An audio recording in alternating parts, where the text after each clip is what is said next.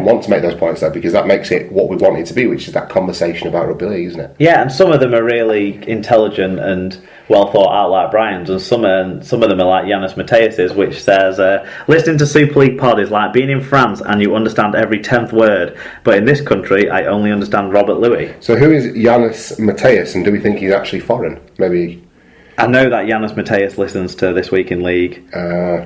I've heard his tweets read out on This Week in League. Oh, they are then. So I can understand what people say because, I'm not trying to make a funny joke.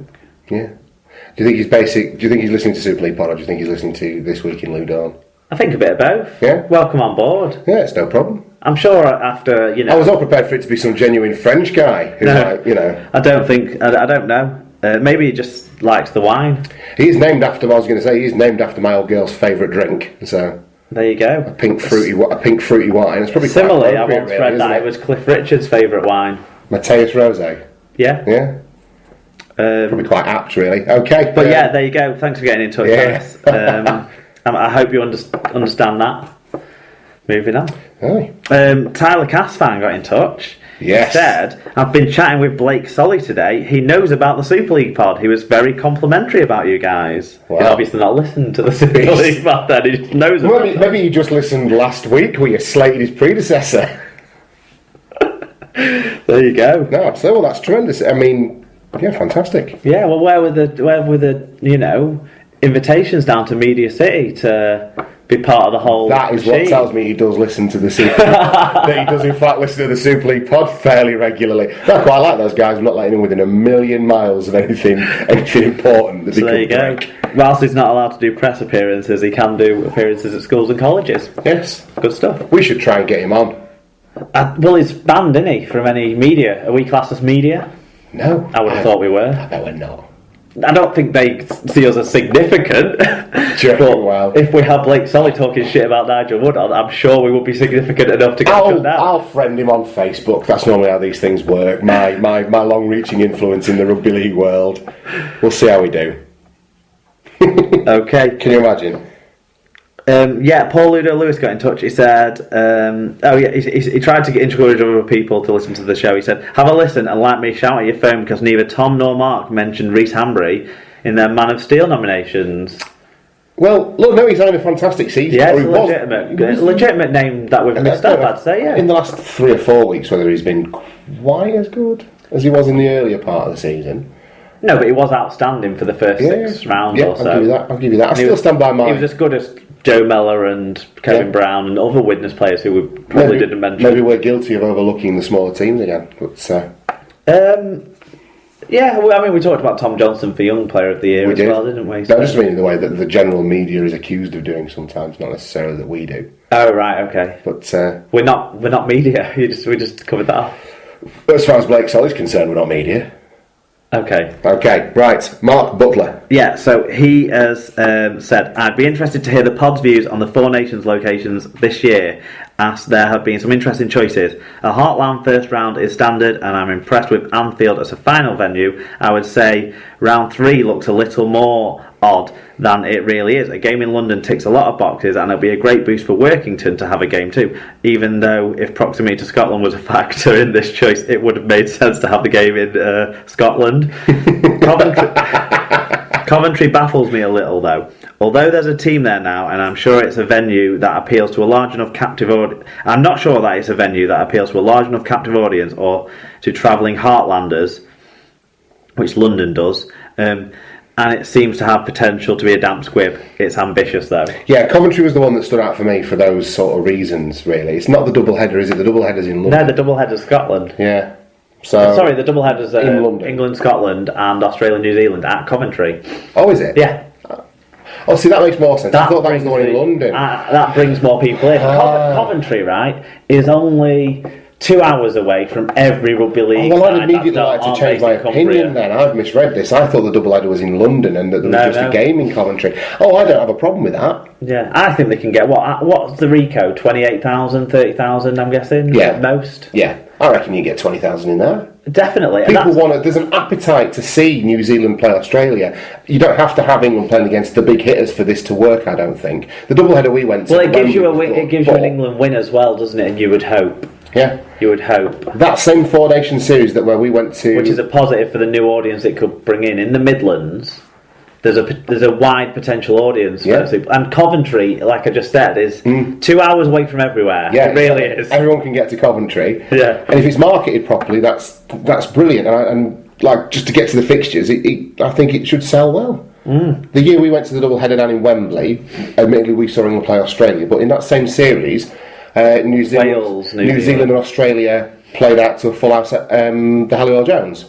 So that we can still sell significant quantities of tickets. Well, I went to that as a proposition to a very good, healthy crowd at the Twickenham Stoop between New Zealand and Australia in Three Nations. Right. Back in, I would guess about 2007, off the top of my head. But yeah. I'm excited by this, and I'm looking forward to going to. I'd like to get. No, 2007 was the last ever GB series, wasn't it, against New Zealand, or wasn't it? So it might have been a free night. It might have been the year before, or it was around that time anyway. So yeah. Okay. I want to go to the Coventry one, and I want to go to the final. Yeah. Partly because it's two grounds I've never visited before. You never been to Anfield? No. I suppose not. Partly for the double header aspect. I also threw it out there when I was thinking about this the other night. The Coventry one will be a really good one to have an SLP meet-up at as well. Yeah. Because the games kick off at 5:30, but it's on a Saturday, so everyone can get down a bit earlier. Oh, is it like an evening and then a later game? 5 and 8 are the games, kick-off times. That could be amazing. Yeah. That could be really good. We could stay over. Potentially. Let's talk about this more later. So, yeah, and the Rico's very close to the... To everywhere. To the motorway. It is, yeah. You see it as you drive along the M6, don't you? I think it might be on the M1. Sure, I've seen it. Maybe I was on the M1. It was coming back from Milton Keynes. That might have been on the M1. Well, Coventry's sort of at that bit where... No, it's on the M6. It is on the M6, yeah. It's about junction 3 of the M6, come to think of it. Good stuff. There you go. Partridge. Okay. No, I like the idea of Anfield as well. I think that'd be a good... I think the weirdest one for me, even though Workington did well with the Scotland games in the World Cup, is that why not have that game in Scotland? Do you think they're worried about there not being quite the market for it? And well, how are you ever going to develop the market for it? That's the problem. Maybe they feel like they're going to enough new places with Anfield and Coventry, and actually they want to promote international rugby in a heartland area, in like Cumbria. Somewhere that's a traditional place. Yeah, Cumbria's done well whenever it's been given these sorts of games, so it deserves it on that aspect, and I'm not taking anything away from Cumbria. Yeah. It's just like run a tournament with Wales and Ireland and France or something and put one of their games in Cumbria, whatever. Yeah. How are we ever going to take the game to Scotland if we keep ignoring Scotland? Yeah. That's my only comments on that. Pittodrie, that's where you play it. Aberdeen, home of the Warriors. Put it on at Pittodrie. Potentially, yeah. I mean, that's quite a long way for other people to go, though. Yeah, you're not 2 hours. You're not. Nowhere's 2 hours. Not everybody's 2 hours from Aberdeen, are they? No. I suppose so. Okay, right. That was quite the feedback and shout-outs. Let's take a look now. This is going to be a long fucking show, isn't it? Let's take a look now at news from around the world of rugby league.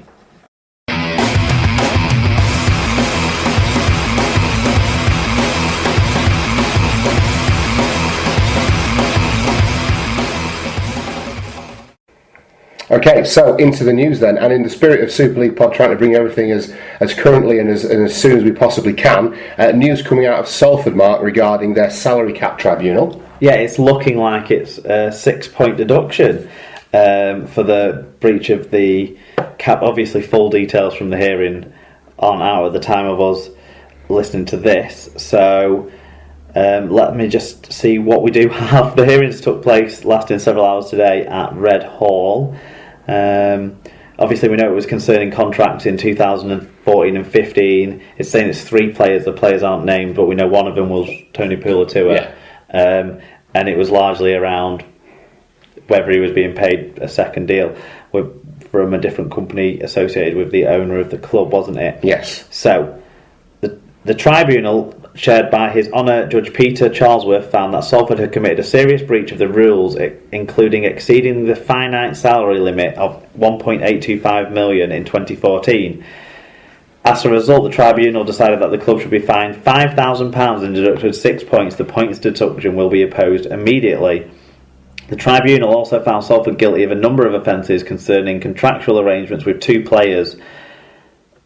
Sorry, did I say that right? The tribunal also found Salford not guilty of a number of offences concerning contractual arrangements with two players.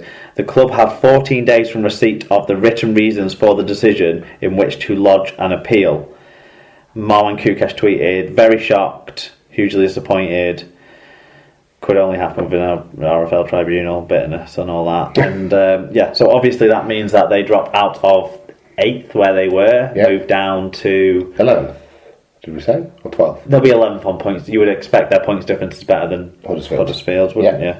And that means that... It's an RFL conspiracy to bump Leeds up the league, Mark. What else could it be? I'll tell you now, there'll be someone on Twitter says that. There will be. Somewhere, on a forum or on Twitter somewhere, there'll be some diehard Salford fan who just thinks it's a Leeds conspiracy. Yeah, so obviously this is going to split people's opinions, because some people are happy for him to, pay people whatever he wants to pay people because they want the salary cap out of the picture. Yeah. Look, if he's broken the rules, then he needs to be punished. What argument could he have? And and given the significance of the 2014 season, a significant points deduction is a reasonable approach to take. You would have thought. Yeah.